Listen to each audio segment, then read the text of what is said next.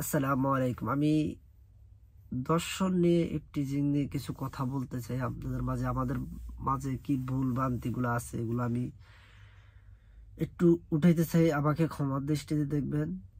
আর দ্বিতীয় কথা হলো কি, দর্শন কি এগুলো আমাদের বুঝতে হবে। দর্শন কোন কোন জায়গার থেকে এগুলো হচ্ছে এগুলো আমাকে বুঝতে হবে। মানুষ রূপীর কিছু হায়না পৃথিবীতে আবির্ভাব হয়েছে, এগুলার থেকে আমাদের সাবধানে চলতে হবে।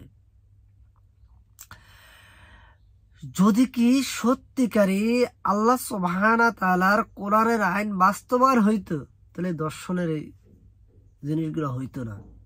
আমি মনে প্রাণে বিশ্বাস করি, আল্লাহর দিনের পথে চলি বিধে দেখে মনে প্রাণে বিশ্বাস করি। আর সেসব মা জাতি বাবা জাতিকে বলছি, তোমার সন্তানকে তুমি যে ছেড়ে দিলা, একবারও তুমি ভাবো যে তোমার সন্তানটা কোন জায়গায় যাচ্ছে, কোন জায়গায় যাচ্ছে না, কোন জায়গায় গেলে আমার বিপদের সম্মুখীন হচ্ছে হবে না, এগুলো তোমরা কি একবার ভাবো?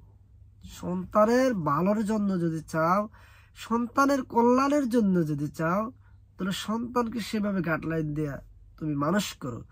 তোমরা কি দেখো না, পৃথিবী শেষ সময় এসে আমরা পড়ে গেছি। কিয়ামতের আগে দর্শনের সংখ্যা বেড়ে যাবে, জিনা ব্যভিচার এগুলো বেড়ে যাবে, এগুলো বাড়তে আছে না? বাড়তে আছে। তাহলে তোমরা জানো এগুলো হবে, তাহলে কেন তোমার সন্তানকে তুমি গাইডলাইন দিয়ে নিতে পারলা না? এটা তোমার ব্যর্থতা। এক,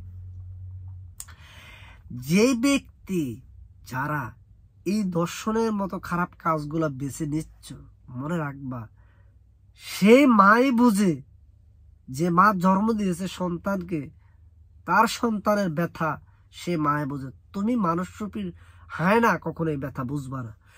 যদি বুঝতা, তাহলে তুমি ভাবতা যে সেও তো আমার একটা 8 বছরের 7 বছরের একটা সন্তান। তুমি যদি ভাবতা, তোমরা তো ভাবো না। তোমাদের ভিতরে মানুষ রূপী যে দেহ, এই দেহটা নাই। যদি নাকি মানুষ রূপীর এই দেহটা থাকতো, তাহলে তোমরা দর্শনের মতো খারাপ জঘন্য কাজ তোমরা বেছে নিতা না। আজ তোমাদের কাছে অনুরোধ করলাম বিনয়ের সাথে, দর্শনের মতো জঘন্য কাজটার থেকে বিরত থেকে ভালো পথটায় অনুসরণ করো। দেখো, যে মায়ে জন্ম দিয়েছে সে মা বুঝে, 10 মাস 10 দিন গর্ভে ধারণ করছে, সে বুঝবে ব্যথাটা, তুমি বুঝবা না। আর যারা মা 15, সে মা জাতিকে আমি বলছি, তোমার সন্তানকে তুমি গাইডলাইন দিয়ে মানুষের মতো মানুষ করো।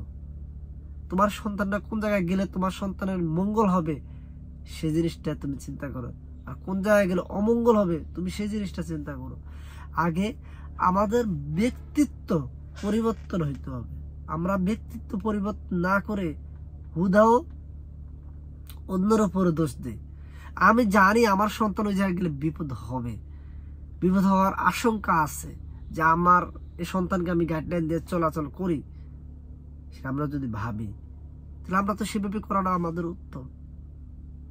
অতএব আর মানুষ রূপের হায়নাদেরকে বলছি, এই কাজগুলো পরিহার করে ভালো কাজে তোমরা ফিরে আসো। তোমাদের কাছে অনুরোধ, আল্লাহর দিন সুন্দর, আল্লাহর রাত সুন্দর, আল্লাহর প্রত্যেকটা জাতি সুন্দর। তোমরা যদি বিশ্বাস করো, তাহলে খারাপ কাজ থেকে বিরত থাকতে পারবা ইনশাআল্লাহ।